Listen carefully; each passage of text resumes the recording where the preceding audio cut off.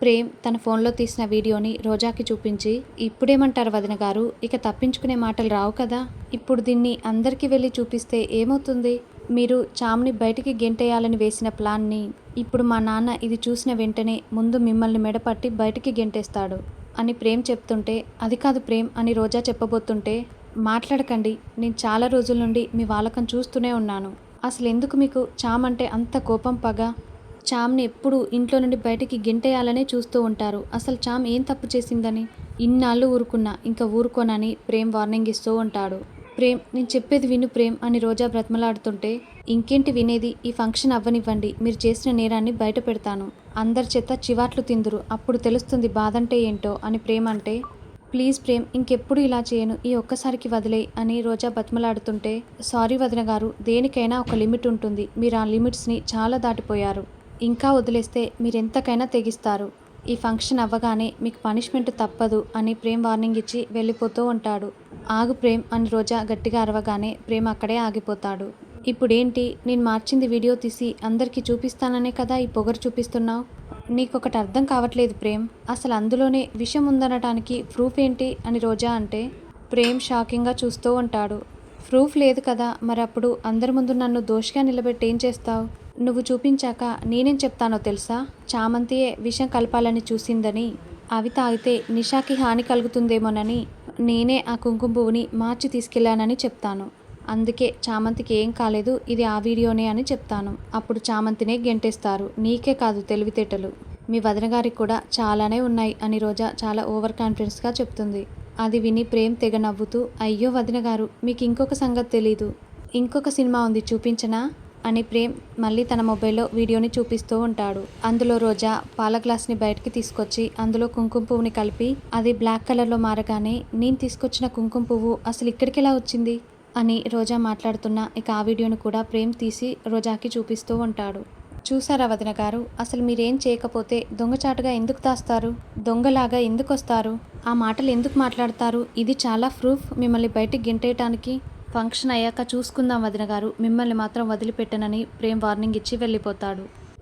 ఇంకాస్త బ్రతిమలాడితే అయిపోయేదానికి అనవసరంగా రెచ్చిపోయి మాట్లాడావు, ఇప్పుడేం చెప్పినా ప్రేమ్ వినడు, ఇప్పుడు ఏం చేయాలి, ఇక నా పని అయిపోయినట్లే అని రోజా టెన్షన్ పడుతూ ఉంటుంది.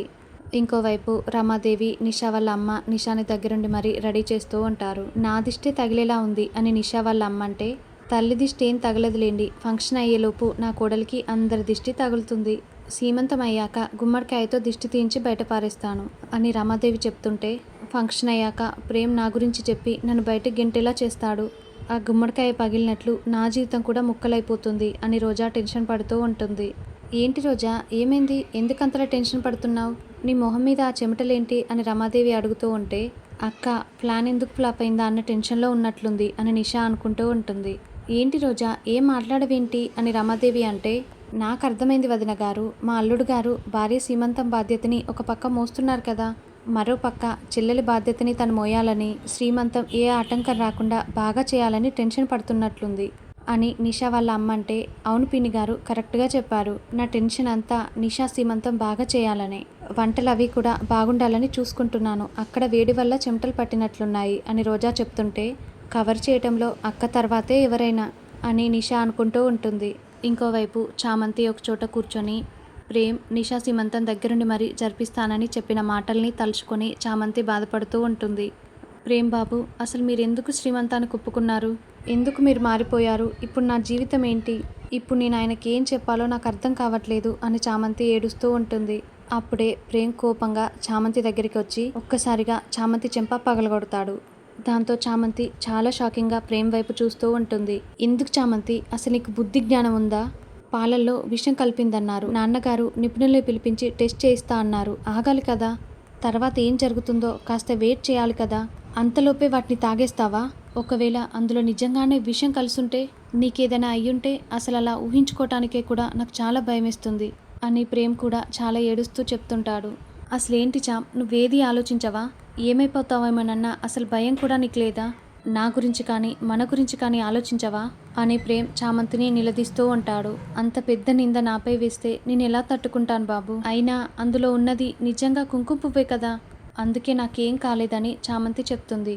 అవునా, ఒక్కసారి ఈ వీడియో చూడు అని ఇక ప్రేమ్ రోజా కుంకుమ పువ్వుని మార్చేసిన వీడియోని చామంతికి చూపిస్తూ ఉంటాడు. అది చూసి చామంతి ఒక్కసారిగా షాక్ అవుతుంది. నిజం కుంకుమ పువ్వుని తీసేసి అక్కడ విషం కుంకుమ పువ్వుని పెట్టింది. శ్రీ శ్రీ శ్రీ మా వదిన గారైన రోజా గారు నీపై పన్నిన కుట్రను చూసావు కదా. ఆవిడ నిన్ను టార్గెట్ చేసింది. నిన్ను శాశ్వతంగా ఈ ఇంట్లో నుండి బయటికి గెంటేయాలని ప్లాన్ చేసింది. నేను చూసి ఆ కుంకుమ పువ్వుని మార్చాను కాబట్టి సరిపోయింది. లేదంటే అవి నువ్వు తాగేసి ఏమైపోయేదానివో అని ప్రేమ్ చాలా బాధపడుతూ ఉంటాడు. ఆ రోజమ్మ ఇలా చేస్తారనుకోలేదు బాబు అని చామంతి అంటే, ఈ ఫంక్షన్ అయిపోగానే ఆవిడ్ని బయటికి గెంటేసే తతంగం మొదలు పెడతాను అని ప్రేమ్ చెప్తుంటే, మనకెందుకులే బాబు గారు, ఆవిడ పాపాన ఆవిడే పోతుంది, మీరు వదిలేసేయండి బాబు అని చామంతి అంటే, ఏయ్ చామ్, ఏం మాట్లాడుతున్నావు నువ్వు? ఆవిడ్ని వదిలే సమస్యే లేదు. ఇంత మంచితనం ఆవిడ విషయంలో అవసరం లేదు చామ్. నేను చేయాలనుకున్నది చేస్తాను అంతే. నువ్వు మాత్రం ఒకటి చేయాలి అని ప్రేమ్ అంటే, ఏంటి బాబు అని చామంతి అడుగుతూ ఉంటుంది. ఆ భగవంతుడు సాక్షిగా నాకు ప్రమాణం చేయాలి. ఎలాంటి పరిస్థితులు ఎదురైనా ఇంకోసారి ఇలాంటి వ్యతిరేకమైన నిర్ణయాలు తీసుకోనని నాకు ప్రమాణం చేయి.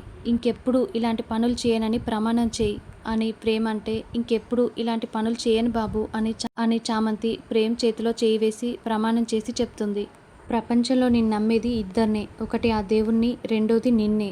నాకు ప్రమాణం చేశావు, మర్చిపోకని చెప్పి ప్రేమ్ అక్కడి నుండి వెళ్ళిపోతాడు.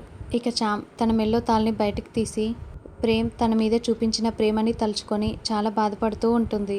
ఇంకోవైపు ప్రేమ్ కూడా చామంతిపై చేసుకున్నందుకు బాధపడుతూ ఉంటాడు. ఇక అమ్మాయిని తీసుకొని వెళ్దామా వదిన అని నిషా వాళ్ళ అమ్మ అంటే, వెళ్దాం వదిన అని రమాదేవి అంటుంది. వెళ్దాం పదండి అని నిషా లేవగానే, ఏంటి నిషా అసలు ఏం చేస్తున్నావు?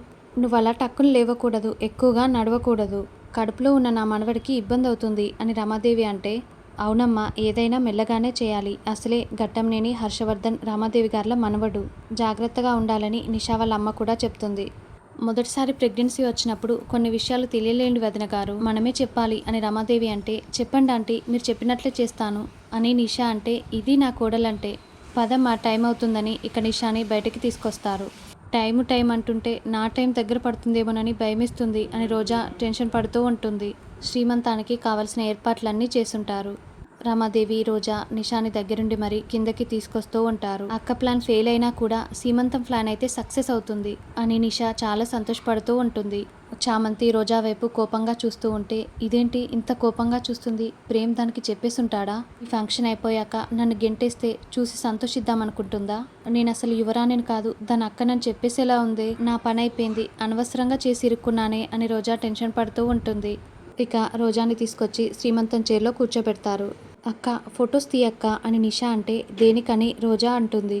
పేపర్లో వేయటానికక్క, నువ్వే చెప్పావు కదా ప్రేమ్ నా భర్తే అని ప్రూఫ్ కావాలని అని నిషా అంటే, సరే అని రోజా అంటుంది. నీకు ప్రూఫ్స్ వస్తున్నాయని నువ్వు సంతోషపడుతున్నావు, ప్రేమ్ దగ్గరున్న ప్రూఫ్తో నా జీవితం ఏమైపోతుందేమోనని నేను టెన్షన్ పడుతున్నాను. దీనికి ఫోటోలు తీయాలంట, ఫోటోలని రోజా చిరాకు పడుతూ ఉంటుంది. అమ్మ చెల్లమ్మ, ముహూర్తం టైం అయిపోతుంది, ఫంక్షన్ ప్రారంభించండి అని నిషా వాళ్ళ డాడీ అంటే, ముందు మీరు అన్నయ్య వెళ్ళి ఆశీర్వదించండి అన్నయ్య అని రమాదేవి అంటే, ముందు ప్రేమ్ కదా అమ్మ వెళ్ళాల్సిందని నిషా వాళ్ళ డాడీ అంటాడు. ఇప్పుడు కనుక ప్రేమ్ బాబు నిషా అమ్మకి గాజులు వేశారంటే తనని భార్యగా అంగీకరించినట్లే అవుతుంది. భగవంతుడా, ఏంటి పరీక్ష? నిజాన్ని చెప్పలేకపోతున్నాను. ఈ నిజాన్ని ఇంకా ఎన్ని రోజులు దాచాలి స్వామి అని చామంతి చాలా బాధపడుతూ ఉంటుంది. చెప్తావనుకొని ఛాన్స్ ఇచ్చాను చామ్, కానీ నువ్వు చెప్పవని నాకు అర్థమవుతుంది అని ప్రేమ్ అనుకుంటూ ఉంటాడు.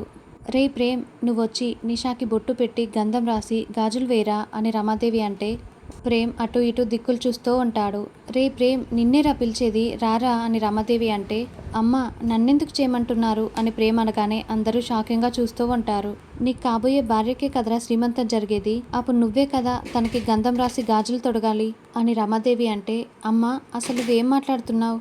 నా బిడ్డే అని ప్రూవ్ అవ్వకుండా నేనెందుకు నిషాకి గాజులు తొడిగి గంధం రాయాలని ప్రేమ్ అనగానే నిషా, రామాదేవి, రోజా అందరూ షాకింగ్గా చూస్తూ ఉంటే చామంతి, చంద్రిక, హర్షలు మాత్రం సంతోషపడుతూ ఉంటారు. ఏంట్రా ఆటలుగా ఉందా? నిషా శ్రీమంతం చేయడానికి ఒప్పుకున్నావు కదా, నువ్వే ఈ ఏర్పాట్లన్నీ చేశావు, మళ్ళీ ఇలా మాట్లాడుతున్నావేంటి అని రమాదేవి అంటే, అయ్యో అమ్మ, వాళ్ళ అమ్మాయికి వాళ్ళు సీమంతం చేయాలని ముచ్చట పడుతున్నారు కదా అని వాళ్ళ కోరిక తీర్చాలనే సరే అన్నాను. మన ఇంట్లోకి వచ్చి మన ఇంట్లోనే సీమంతం చేస్తున్నప్పుడు ఈ ఇంటి బిడ్డగా నేను సహాయం చేయాలి కదా, అదే చేశానని ప్రేమ్ చెప్తాడు.